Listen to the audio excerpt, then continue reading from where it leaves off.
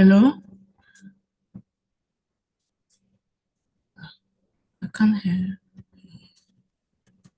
Hi, good afternoon, Simone. How are you doing? You okay? Oh, okay, I'm fine. Thank Good you. stuff. Good. How are things? How are things with you? Oh, yeah, I think it's well. Thank you. Good stuff. Good stuff. So far, so good in terms of understanding the lectures, learning outcome 1 and 2 that we've covered. Yeah, understand. I already start to do the assessment. All right. Okay, that's great. No worries. So today we are going to look at starting learning outcome 3, which is focused on understanding,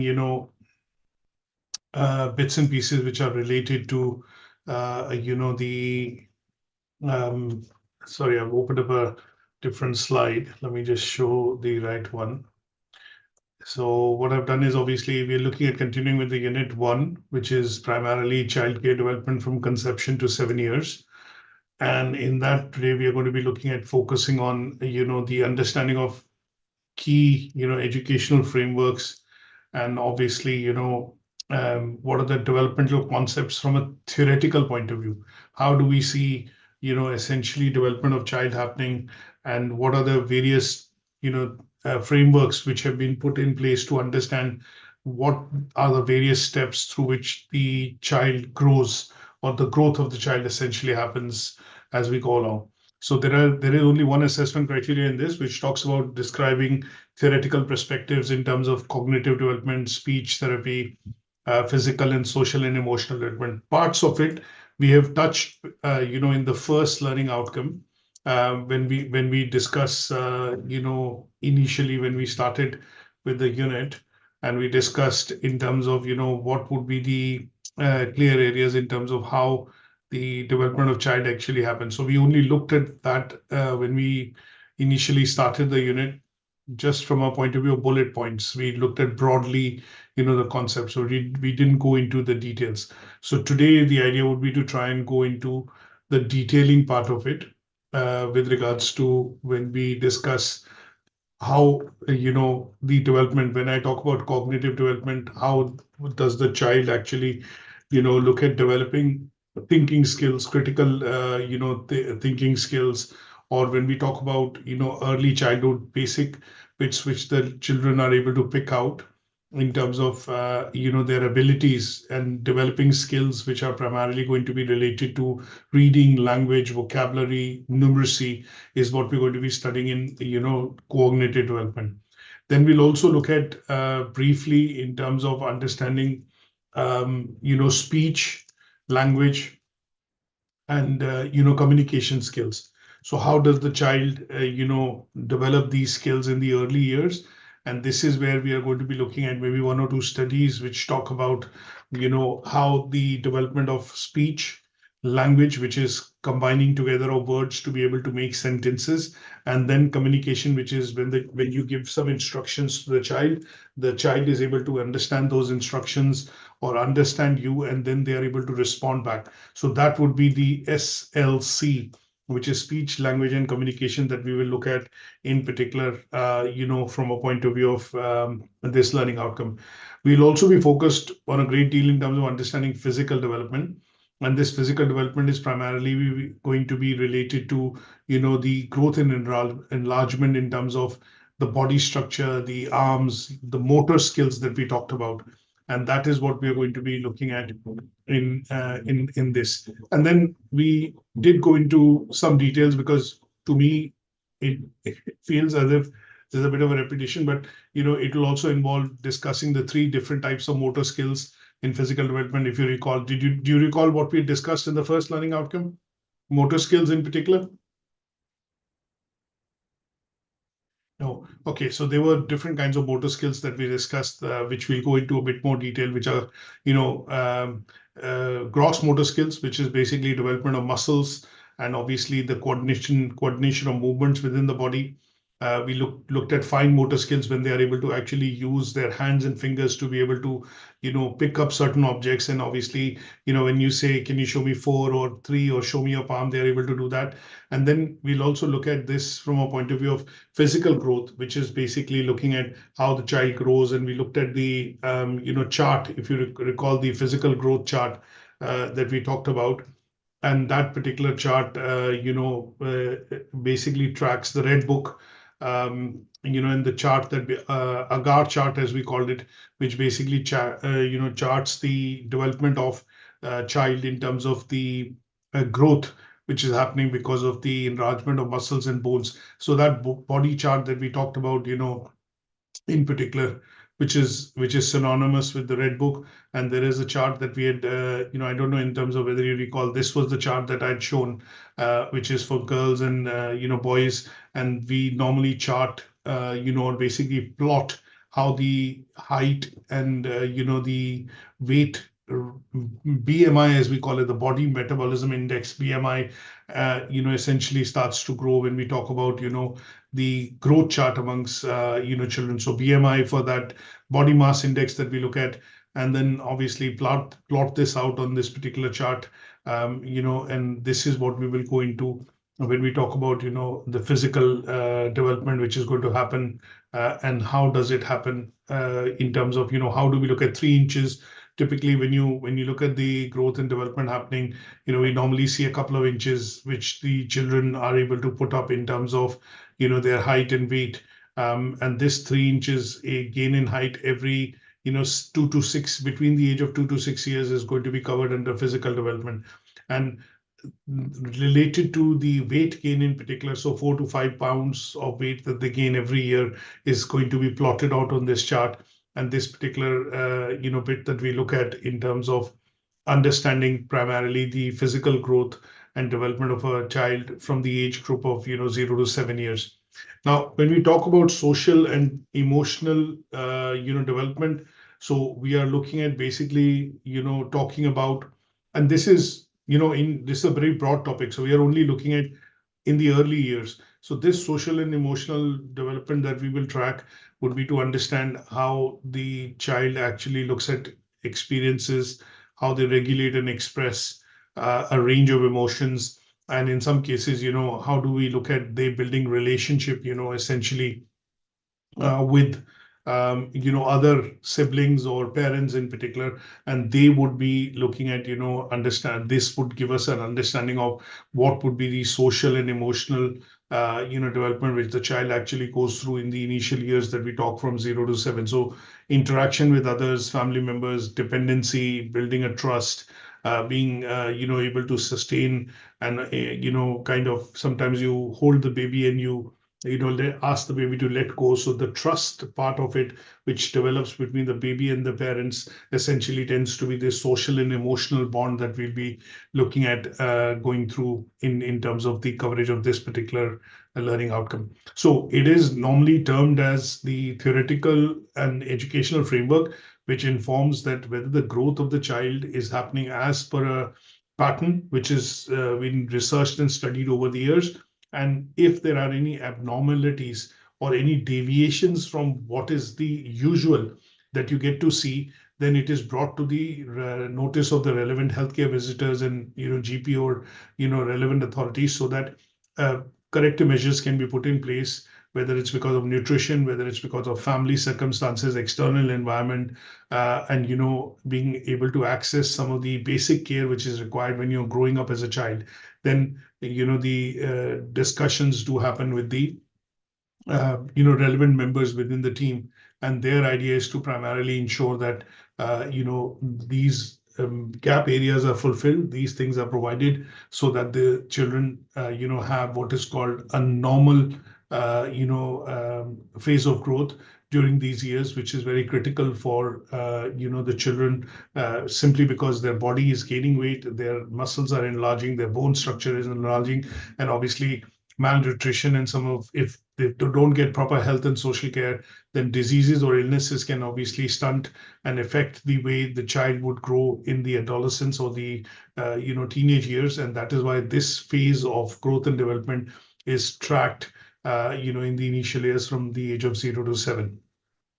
You might ask a question that, what happens if, say, for example, any of these factors are not monitored, then, say, for example, is missing. So if I don't have, for example, children which do not have, social and emotional involvement, or they are not able to, look at having this as a key component when they're growing up can also lead to increased risk of, negative outcomes. Say, for example, the children might drop out of school, they might not be able to remake relationships, their behavior patterns could be slightly different, they could have psychiatric disorders in some cases.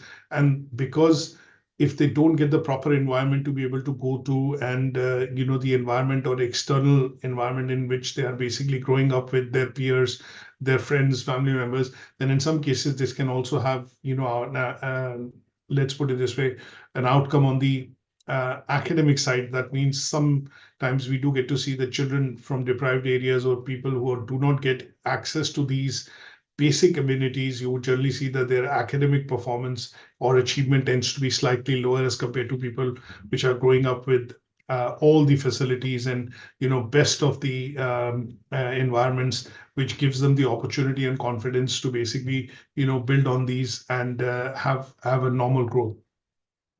So let's get into a bit of detail in terms of understanding. I had on Moodle, because when we covered Learning Outcome 1, if I just bring up the Moodle for a second on our browser, what we saw within that was that I did upload, some specific handouts for the three theoretical frameworks that we're going to be referring to in this particular learning outcome. So I don't know whether you've gone through some of these, but they would be a good read now, considering that we are basically, discussing them in a bit more detail in Learning Outcome 3. So we're going to talk about Lev Vygotsky's socio-cultural theory. We're also going to be looking at, Piaget's, theory of cognitive development.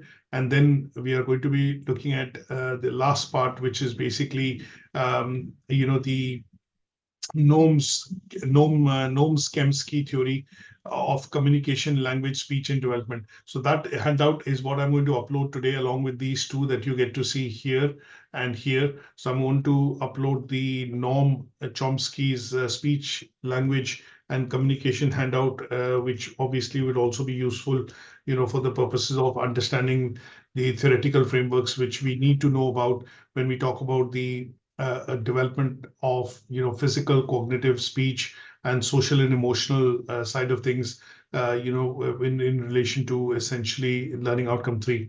So make sure that you go through some of these at a later stage after the lecture, so that they'll give you a bit more knowledge in terms of what we're going to discuss, obviously using the slides. So let me just switch you back and let's discuss some of these key theoretical frameworks with regards to our discussion. So the first one that we want to look at is, cognitive development. So when we talk about Lev, Vygotsky's cognitive development, cognition, as I mentioned to you earlier, mentions and covers things which the child would actually develop in terms of reading, language, vocabulary, numeracy skills. And these are the areas that we are going to be looking at studying in this framework. So Vygotsky's, he believed that the development relies on social interaction with other people. So that's the key part of his theory. And he developed and proposed what is called the zone of proximal development, which is called the ZPD in short. This zone of proximal development basically identifies the child sometimes can do things independently with or without assistance. So the idea here is, if we do get to see the development of cognitive skills, at some stage, the child should be in a position to do some of these things independently. When you see children in a nursery setting, when they are in and around their own home and they're playing with toys or certain, activities that they carry out, they are able to do it independently, like coloring, for example, at an age of, say, 2 onwards, or drawing, or, those kind of things, if they're able to do, then that is where we see that the child is able to do those things or carry those things off independently.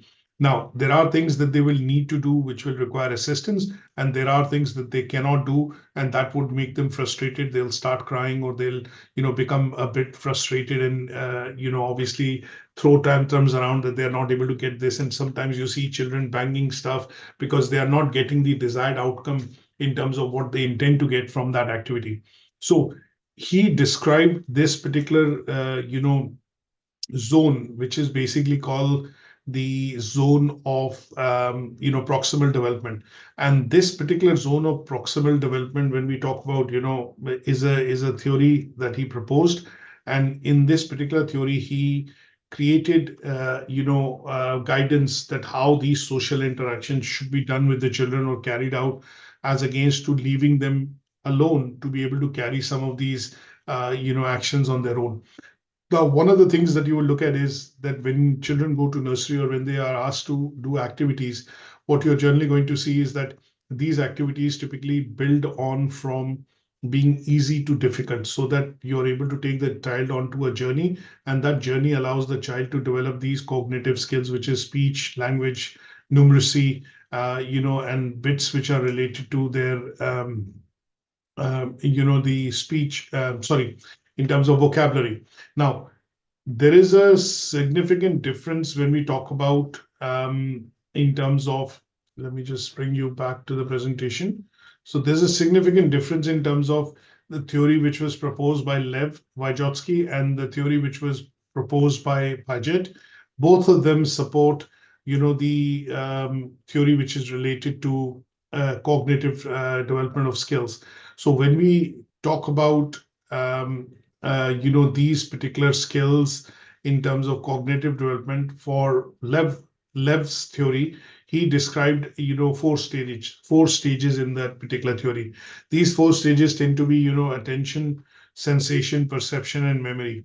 And if these are available, then the child is able to do most of the functions on their own. They can independently work through them, and provided the social and cultural environment around them provides these resources, they are happy to carry out and carry out these functions, and they're able to develop these skills in order to gain higher mental functions. Now, one of the major things that is different between him and Paget's theory is that when we talk about socio-cultural context, which Lev defined, you would generally see that Paget's focus was very, he paid little emphasis on the socio-cultural environment. But when we talk about the various stages, he talked about that, in order for the child to be able to develop these skills, they would need to have an equilibrium, and they would also need to adapt and assimilate and accommodate in order to develop these skills. And here he proposed that the role of language, provides, the let's put it this way. When I say the role of language, what I mean by that is that in some cases the child actually learns from the action of their parents. So how the parents are talking, or how do you emulate and describe some of these things, the child would normally try to pick that up and then replicate that when they are talking to you or when they are speaking to you. And in terms of teaching implications, what you generally see is that the children using this approach, wherein they are able to adapt and assimilate and accommodate to the situation with what they are trying to do, allows them greater freedom and more knowledge in order to be able to develop these skills, speech, language, or for example, reasoning and numeracy skills. Whereas in the case of Lev, he proposed that this particular model primarily meant that the children in this case need to learn more from teachers. That means at this age, and when they are growing up in terms of development, he stressed on the fact that learning will come from the teachers and parents, and he would learn if they are provided an environment wherein they are skilled peers. That means there are other children who are as, let's say, interactive and encouraging, and that pressure or that particular environment, not the pressure, that particular environment wherein children are able to engage with other children and teachers are teaching and delivering, would be a better environment as far as the development of these cognitive skills is concerned. And his emphasis was more on the fact that social interactions are the key ingredients which allow the development of reasoning, logic, numeracy, and these kind of skills to, come up in children, especially during the initial years. So while we study the perspectives of Lev and Paget, what we are also requiring to do is establish a bit of a difference between the two. And these differences are important because of the fact that we need to, talk about them in the context wherein we see how these two different, say, if I put it this way, Lev versus pie chart, perspectives.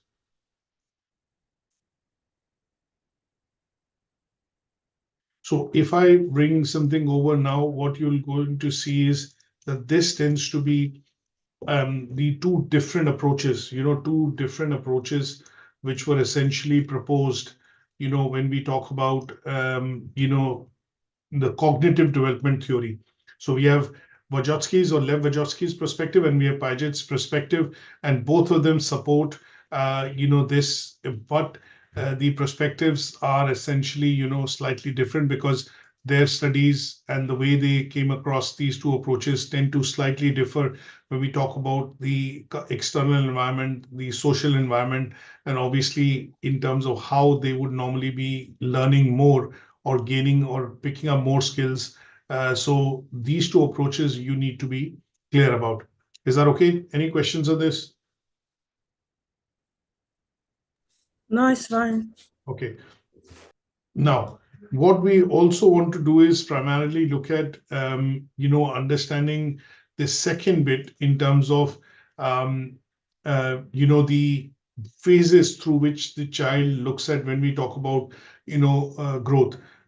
So first phase, he basically has these 4 phases that he is prescribed in terms of, how children essentially would be looking at, from a point of view of, development and growth within these areas. So these 4 areas that he's talked about is attention, sensation, perception, and memory. Now, what we also do is he has classified these into different years in which we would see this particular thing happening. So if I introduce a slide here and I talk about that the 4 elementary functions that he talks about, if I put it this way, these 4 elementary functions that he talks about, and these, they have now grouped it into 2 different categories. One is the ZPD, which is primarily the zone of proximal development, and the other is more knowledgeable offer, or MKO. And this part basically is the key difference between, what Lev and Paget's proposals were. So he proposed more of social interaction, and he proposed more of, teacher-led learning. And that is what we need to understand when we look at zone of proximal development and more knowledgeable other ways of learning. Now, these bits then have been further, I would say, divided into when we look at some of the activities. So if I look at these 4 in particular, and I bring across some of the, elementary functions which children do within the age of 0 to 2 years, you would generally see that in this case, the child is essentially looking at crawling, looking at walking, and most of the other bits which the child would be looking at doing would be in the context of feeding and essentially, becoming aware that what is the time to eat, what is the time when the child should be getting food and nutrition. Now, he further divided these into, further age groups. So when we talk about 0 to 2, we are talking about, cognitive development, but we'll relate it to sensory motor and pre-operational years. So 0 to 2 is when babies explore their senses and develop, their understanding about the natural habitat and the environment around them. For example, they are keen to pick up things. They are keen to, feel the things. Sometimes you would see that in early years, children pick up a lot of things. They are not able to grasp things properly. And because of it, sometimes you would see the things fall, or they try an experiment wherein they bring 2 things together to try and create a noise. And this is where the senses or sensory part of skills are being developed from a children's perspective. Then they look at objects permanence, which means sometimes babies do not understand what is this object. So things like sometimes they might pick up a cup, try and wanting to pick up, if you're having tea, they will try and hold that. But the moment they feel that it is very hot or extremely cold, you would see generally, they'll go back and they'll start crying, or, you'll make a certain face and obviously start crying that, oh no, what's happened? I didn't know. So here, the discovery in terms of understanding and developing their senses tends to be more important. In the pre-operational years, you would see that children tend to start, what is called becoming egocentric. That means here they begin to use symbols and they pretend that they understand what is being told to them. So here you would generally see that children sometimes in the operational years, if you call them or you give them something that they do not like, they will ignore you totally. So there they have some mental perception of whether this thing is going to be useful. So if you offer them food or a chocolate or something, you would generally see the child straight away comes to you.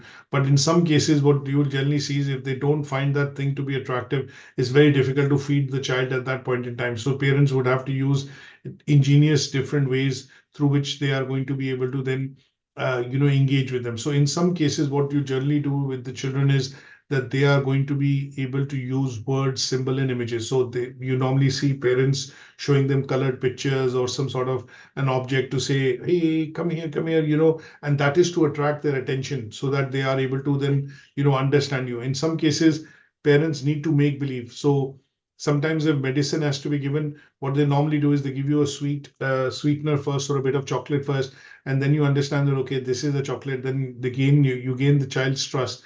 And then quickly later on, you give them a medicine, which you would normally see a bit of a reaction to say, okay, I thought that you are going to feed me something sweet, but after they understand once or twice you've done it, the third time they will, not pretend and they would essentially follow it through. So in some cases, you would see that you have to use these routines to be able to essentially get to work with the child.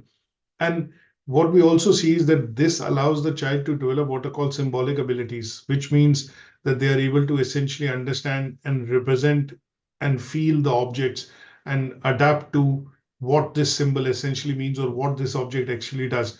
Sometimes you would see children would try and pick up something and they don't know how heavy that object is. They don't understand how heavy the object is. So they think that, okay, it's a small toy that you normally will pick up. But the moment they pick it up, sometimes you would see the child would, his arm would get stretched and they would bend quickly, or, they will fall or they will drop it straight away. And that is where they start to then develop those experiences to understand that, okay, these are things that I don't need to pick, or these are things which are going to be, I need to be careful about. And that is helping in the development of reasoning, which the children are trying to develop in this pre-operational years, age of years 2 to 7. Is that okay? Now, we also look at one other aspect. Okay, we also look at one other aspect of it, which is concrete operations. Now, when we see children coming out of 7 years and going from 7 to 11 years, wherein they are called toddlers, they would start to use their abilities that they've developed in the initial years in terms of thinking, critical reasoning. And here they start thinking before they start doing things. So sometimes you would see children at this age are very curious. They'll ask a lot of questions. They have lots of queries. If you tell them to do something, they would normally expect a reward, or they will ask you a question that if I do this or if I complete this, what will I get, or why do I need to do this? And you would generally see that they tend to be quite fidgety and picky in the sense because they have some sensory perception of now what the reality is, how things work out.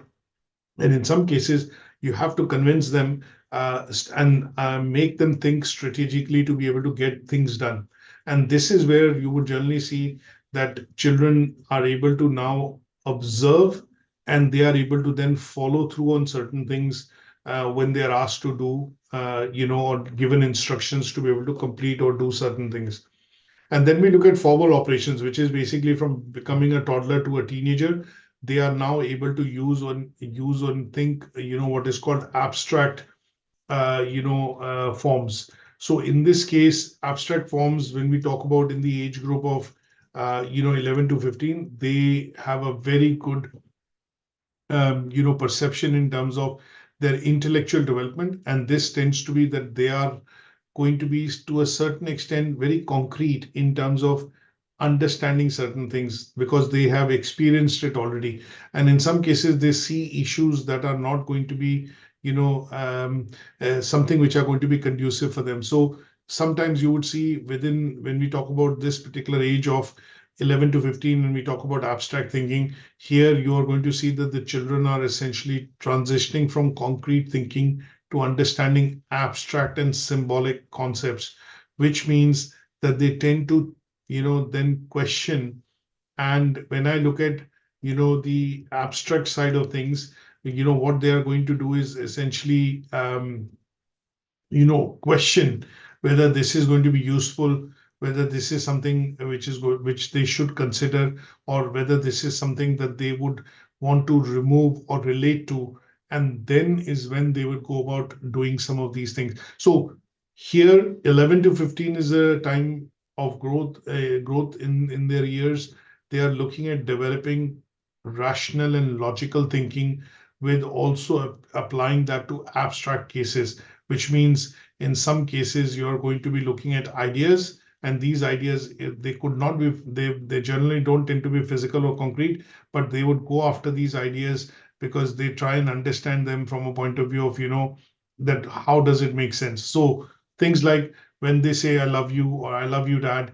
So that is an abstract idea. Now they have not experienced love, but that is an idea wherein they would start to imitate and experiment with this when they see people saying love you or I love you too. Or say, for example, in some cases, they would also be looking at, say, for example, figure of speeches, which would mean that sometimes you would see children actually using certain shapes or colors to express themselves. And that is where, this particular idea of abstract, rational and logical thinking starts to come into being, wherein they would, look at beauty, or for example, when you take them out on a vacation, or sometimes you're out and about in an external environment, you don't normally say, oh, it's such a beautiful place, it's so calm. But then the rationale of that, before they accept, they're trying to understand that why is it so peaceful, why is it so calm, or why is it so beautiful, or why is it that you use this word when you say it is very beautiful and it's very, peaceful. They would apply these kind of logic and thinking before they accept any such sort of arguments. Is that okay?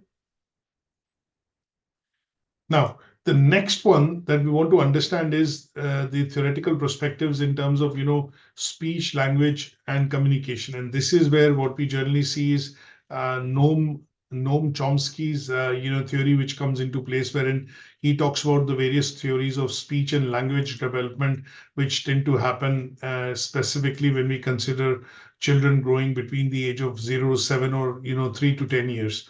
Now, when we talk about these various different theories, what we are looking at is how speech, language, and the development of communication allows the children to become, much more skilled, and let's say much more skilled and adapted, wherein they are able to then have meaningful conversations.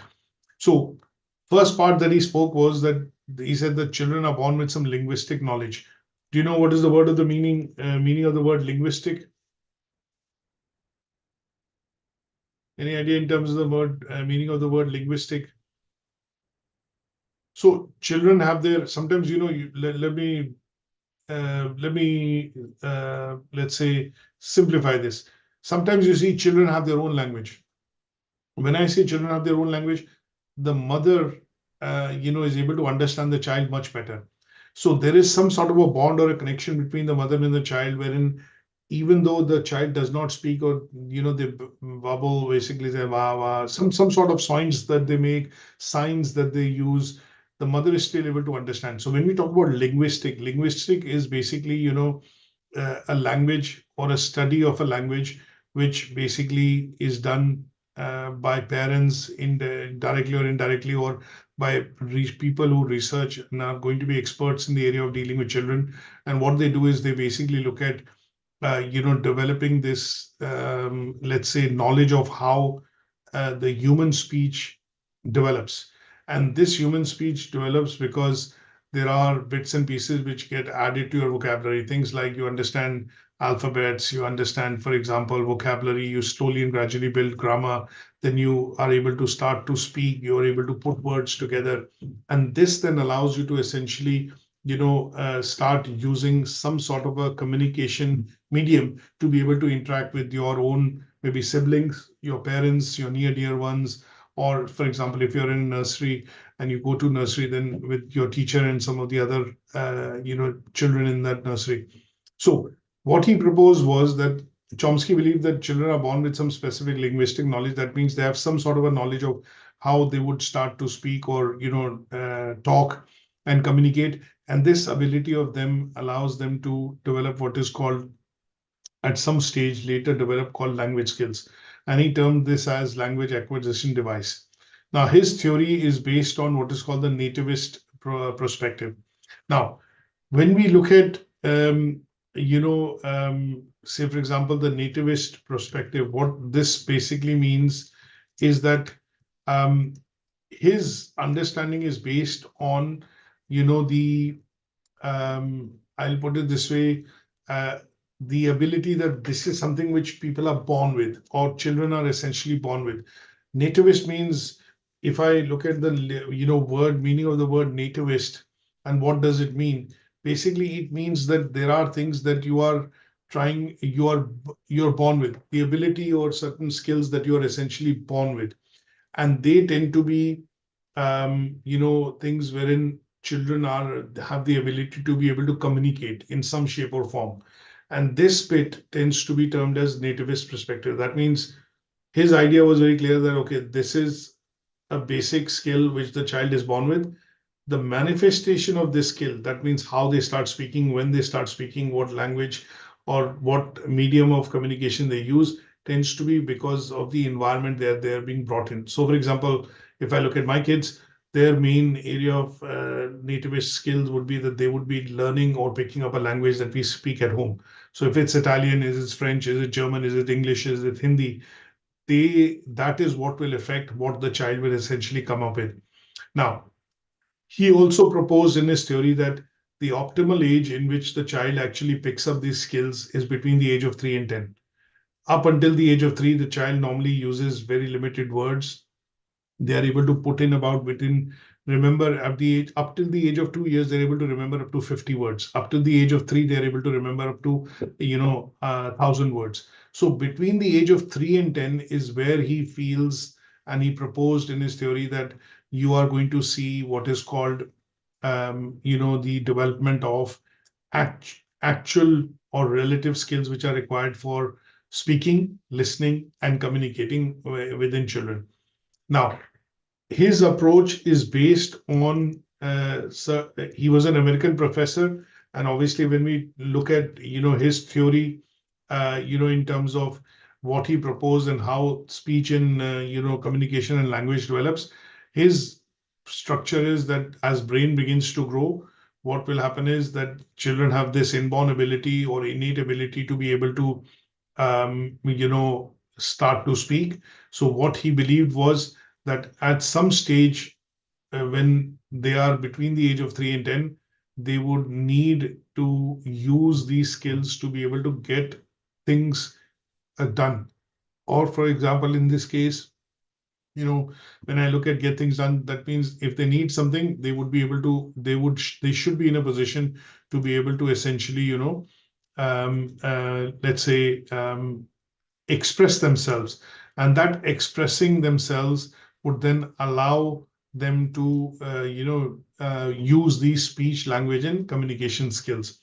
So there is, Noam's theory in terms of early years of child development. There is, a PDF or a handout that I'm going to make available, and that will provide a bit more detail into how these essentially develop, and why is it important, and what are the clear factors which he believed leads to the development of speech, communication, and language skills in children between the age of 3 to 10 years.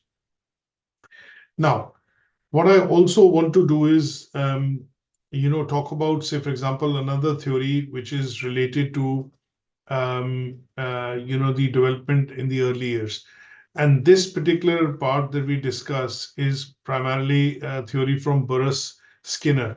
Now, Burrus Skinner's theory that we talk about of early years, development basically focuses on the fact that obviously, one thing that you need to know is there are lots of research and studies which have been done by different people during and why these are now widely accepted is because there is a relation and there is an established fact because of research that this is how the development of child in terms of its cognitive skill happens. So his theory is a basic approach from a behaviorist approach point of view because he focuses on the fact that the children learn to behave in certain ways because of their previous experiences. So his theory is based on what is called the behaviorist approach. That means the kind of behavior the child sees and grows up with is what the child would then emulate when we look at his speech, language, and communication skills. So his main, pillar of or the main background in terms of foundation of his theory is that here his central idea is that the children essentially, according to him, learn to behave in certain ways because of their previous experiences, which could have been unpleasant or which could have been pleasant. And when we look at his work, Barhas Skinner, he was a renowned psychologist, and he has made significant contributions in the field of behaviorism, and his work specifically in the early childhood development is quite recognized. So his theories are rooted from the conditioning of that when we talk about behavior in children, and for example, the behavior that they see in the external environment, how people talk, how do they behave, how do they react, is what shapes up how the child will essentially develop his speech, language, and communication skills. Now, he looked at this again, when we look at his particular theory, there are a couple of stages that he proposed, and these stages typically, are stages in which he says that sometimes you would see parents use a carrot and stick approach. Now, where does that process come from? If you want children to be able to do certain things, what will happen is parents will use that approach to say, if you finish this or if you do that, what I would then do is primarily look at providing you or you could get this chocolate or you could get this as a reward. So rewards and reinforcement are one of the areas that he proposed in his theory. Now, the other bits that he proposed were that sometimes parents speak to their children and say, if you do this, then this is the consequence that you will have. So consequential behavior, you basically tell the children about, if they don't do things this way, then this could have this consequence. Or if you don't end up completing your homework, or you do not end up completing your study area or your play area, then there is going to be this particular thing that you would not get. Say, for example, detention in high school, typically if you don't do this or if you don't follow the rules and policies, there is this consequential, approach to your behavior because you have not followed this through. That is where you end up getting the detention. So that was another proposition that he made.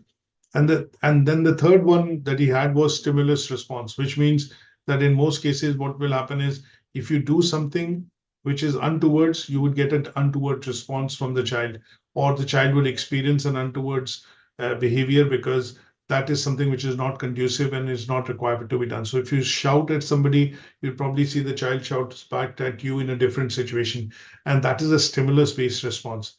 So parents are generally asked to be gentle and soft to their children, especially during the early years of development, is because those are the experiences which will either have a positive effect or a negative effect, and that would be related to Burroughs Skinner's theory. So reward and punishment, you look at stimulus and response, and you look at consequences of behavior. These are three different examples that I can give you, which basically suggest that the approach that he proposed, that when speech, language, and communication develops, they are going to be a behavioral approach in terms of how the child would essentially look at, using this or developing these skills. So his approach sometimes is also known as the operant conditioning, which means that you would use the influence of fear, reward, and punishment and the environment to be able to get a suitable outcome, or in certain ways, try and help the child develop experiences which are going to be pleasant as against unpleasant. Is that okay? Yes. Yeah. So there is a bit of, obviously, some bit of study that is required to be done. And what I'm going to do is provide one or two handouts on these that would essentially allow you to understand them with examples that I'm explaining. Because what we want to do is we want to understand, and we know that generally children would grow in these years. But what we want to understand is how the growth essentially happens. And for that, that is why we need to study these theoretical perspectives. Now, one other bit that we look at, because there are lots of studies which have been carried out, and when we talk about, one of the other perspectives, we look at the perspective of another, American psychologist, which is Jerome Bruner. Now, Jerome Bruner essentially, when we talk about his theories, of childhood or child development theory, his child development theory or development in the early years in childhood, he doesn't talk about any discrete stages. That is the main point that you need to know. So unlike Lev, Piaget, Brunner, or Skinner, in this case, Burr Skinner, we look at, they all propose different stages through which the child development happens. What Jerome Bruner essentially suggested was that there are no stages through which this development happens. He called it that this is a continuous process, which is a discrete, it has got no discrete stages. So it's a continuous process through which the child actually develops these skills, and these skills tend to have no discrete stages, wherein, for the purposes of classification, that this development will happen at this stage, this development will happen at that stage. No, he says that language, he believed that language is obviously a cause and it's not a consequence of learning. People would need to learn the language because they need to survive. Then, so basic skills that they need to have to be able to survive is what would allow the child to develop these skills. So, for example, if you at a young age between 0 to 2, we know that these are feeding patterns and you need to feed the baby every 4 to 6 hours, or if the baby cries, you need to check the nappy, or, but at that stage, we know that the baby does not communicate. So the communication primarily happens either through crying or some sort of, irate action which the child would normally take. But after the age of 2, the child needs to develop these skills, because when you're hungry, when you are wanting a nappy change, when you want to play, or when you do want to do activities, or when you want to go to sleep, these are areas that the child would need to develop skills. And when I say skills, language skills, to be able to communicate to parents, carers, or other peers that are in the nursery or in your house, other siblings. And that is where he says this is a continuous process. And he identified various modes through which this process works. One is learning through doing. That means child would normally learn by doing things themselves. So at the early age, when you see examples of, parents giving shovel and, digging pits, or, certain building blocks to be able to allow child to develop their skills, this is because they feel that if the child does it, they will be able to develop these skills. And by learning to do them, they are going to be able to develop this.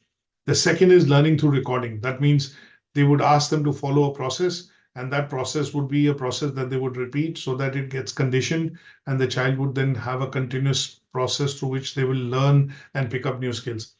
And it tends to be symbolic. The third one is use of pictures, models, words, numbers.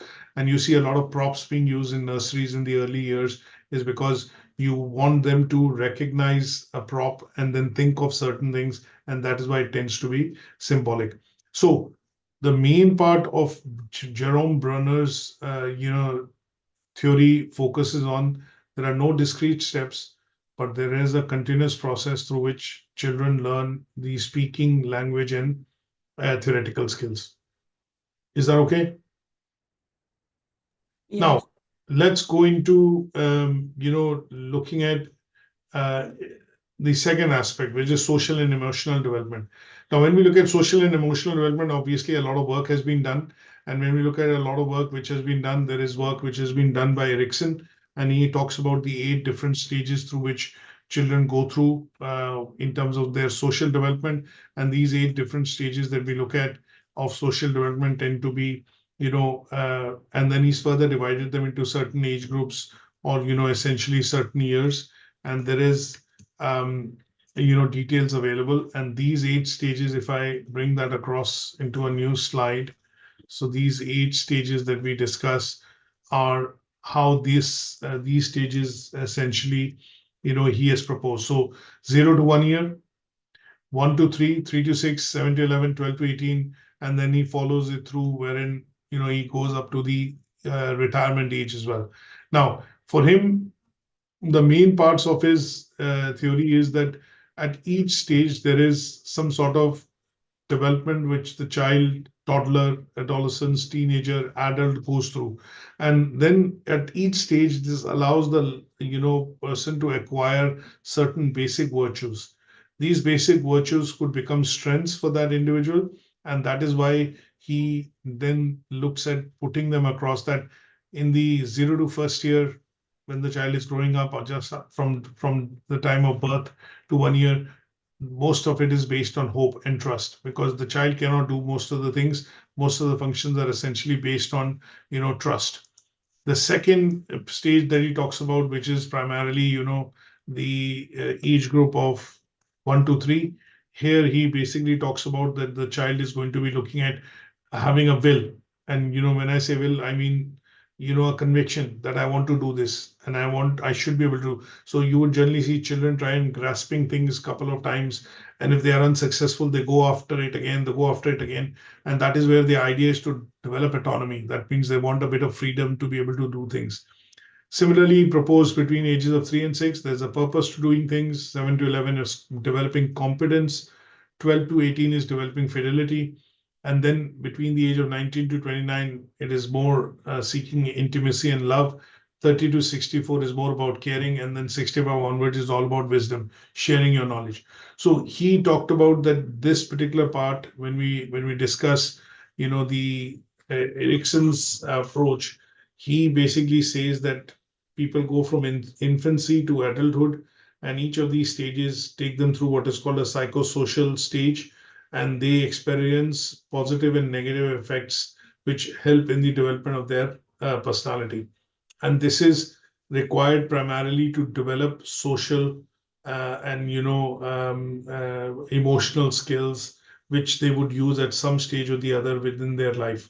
So things like trust and mistrust, he explains just as an example, that sometimes if you're a caregiver and you're providing care to a child in the early years, the sense of development of trust is very important. If the trust is not developed, the child would not listen to you or do things that you're asking them to do.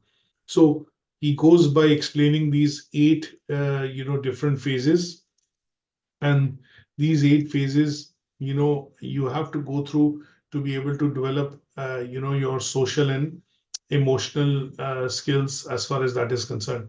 Now, there are a few slides that I've created here primarily to break them down into different years and explain some of the other perspectives by other research scientists and psychologists which have done work on this. So there is one from John Welby, there is Rudolf Steiner, and they essentially support, and Jean Piaget, which basically support their perspectives of how these skills develop social and emotional, but they've given their perspectives in terms of why they think this approach is better than probably, Erickson's approach of what he has essentially proposed. So these are various perspectives that you need to know. Then there are a few activities which is to looking at comparing two different perspectives of Piaget, Jean Piaget's perspective with Erickson's perspective, or you compare these two to understand the matrix of it in terms of which one essentially is true in certain contexts and which one applies in today's context, although these studies were carried out, a couple of years back. So this would then explain how you would generally see, the development of, I would say, child happening across, let's say 4 areas: cognitive development, speech, language, and communication. We look at social and emotional. And when we did talk about physical development, we look at, in particular, if I put one in for physical development, which I want to put one in for physical development, which is here. So there are various approaches which have been proposed. But when we do talk about physical development, this is what I would normally put it. And is when we do talk about the physical development, within the age of 3 to 8 years, this is what I would say, that development of skills, typically fine motor and gross motor skills, tend to happen, and they would be classed into helping the child develop both the ability to be able to become physically active and also lead a healthy life in the later years. So typical skills that we do talk about when we talk about physical development skills, we are essentially talking about 4 different types. So one is gross motor skills, which I've already written in the table. There is fine motor skills. We need to be able to differentiate between why these skills are important and why they have been classified separately. Physical growth, and then we have what is basically called foundation for future development. So, after the age of 16, as you know, bones and your physical structure stops growing, your brain development stops after the age of 8 to 10 years. You would generally see that you would probably have development which will continue to happen in certain parts of your body, organs, or bones in general, but most of your development that happens would also look at how you fare in the later years of your life. So when we do talk about physical development in the early childhood years, it is important because it lays the foundation in terms of how you would be, how active you would be, how you would use some of these skills that you've developed in the initial years, and how this would help you in leading a healthy lifestyle at a later stage. So the physical development in early years is a very dynamic process, because your body is growing, your organs are enlarging, your muscles are increasing, your physical activity is happening. You're also having physical growth. For example, in the case of boys, you'd see facial hair and other symbols which starts to happen when your hormonal changes happen in the body, both in the case of male and females. So when you look at between the age of 7 to 11 or 7 to 11 or 11 to 15, you would see these changes also happening, which will essentially lay down a foundation of how the overall development of child tends to happen. And these parts, which basically look at how the growth typically happens on the physical aspects of it, is covered under the theoretical perspective in relation to physical development. And there are 3 particular perspectives that we have to focus on. One is by Arnold Gesell, the other is Frederick Frobel, and the third one is Maria Montessori. And these 3 different perspectives, which have been proposed, if I just reorder them. So Arnold Gesell, basically, they were the first few, his and the team essentially proposed certain milestones, and these are generally termed as Gesell's development schedules. So when we talk about the Gesell's, development schedules, what we are essentially looking at is a standardized procedure through which you generally see how children develop, from the age of 2 to the age of 10, and sometimes they are broken down into various stages. So when we do talk about the schedule, he proposed 10 milestones that child will essentially go through. These 10 developmental milestones will typically be looking at motor characteristics, which is physical movements, personal hygiene. He talked about emotional expressions. He talked about fears and dreams. And then obviously self and sex at some stage when you are between the age of 16 to 19. Interpersonal relations, you look at, then at a stage when children go to school, and then they'll start to build their own abstract and ideas, essentially to be able to look at philosophical outlook, and that leads them to the later years in their life. So these 10 milestones that we see that he proposed are called the Gesell's developmental schedule. Now, there is also a refinement of his theory which had happened, and that was basically in the early years, because he proposed this in the 19th century when he talked about that we, as an individual and as a child, when it grows, it goes through a particular cycle, and that cycle typically consists of 5 parts. So these 5 parts typically tend to be smooth, breaking up, sorting out, invertizing, expansion, and fitting together. And these stages are essentially shown in some sort of parts of, his particular bit, and they are, in the basic schedule. So if I look at a particular handout, which I provided, and I'll show this to you, which is to understand his particular, theoretical perspective in terms of how, growth and development on a physical aspect happens. I'm going to be, providing you this particular link to the page, which let me just quickly show you. And that would be a good 5 to 7 minute read. And that would allow you to understand, why and how and what he proposed is something that you need to look into. So this part covers, the 5 stages that he talked about, and they are what are essentially, going to be available when we talk about the physical development, which is going to be related to the years of, between the age of 2 and 7. Is that okay? Yes, everything's fine. That brings us to the end of today's discussion and session. And what I'm going to do is, as I mentioned to you earlier, that I'm going to try and upload and upgrade some of these slides so that you're able to, get a bit more reading into it. And some of the handouts that I'm uploading, along with as we go along in our lectures are going to be useful for you to read and understand some of this stuff. This is predominantly because this is theoretical, and I think it requires a bit of reading at your end to get a bit of understanding along with examples. Okay. Good stuff. So I'll update 1 or 2 parts to the Moodle shortly after the session, and a copy of this recording will also be available. And I'll catch up with you next week to discuss, tomorrow essentially, to discuss Learning Outcome 4. Okay, no problem. Okay. If you have any questions, do let me have them. Tomorrow when we start our discussion, we can actually go back and discuss anything which you feel or you have queries on before we start with Learning Outcome 4. Okay, no problem. Good stuff. So I'll catch up with you tomorrow. Take care.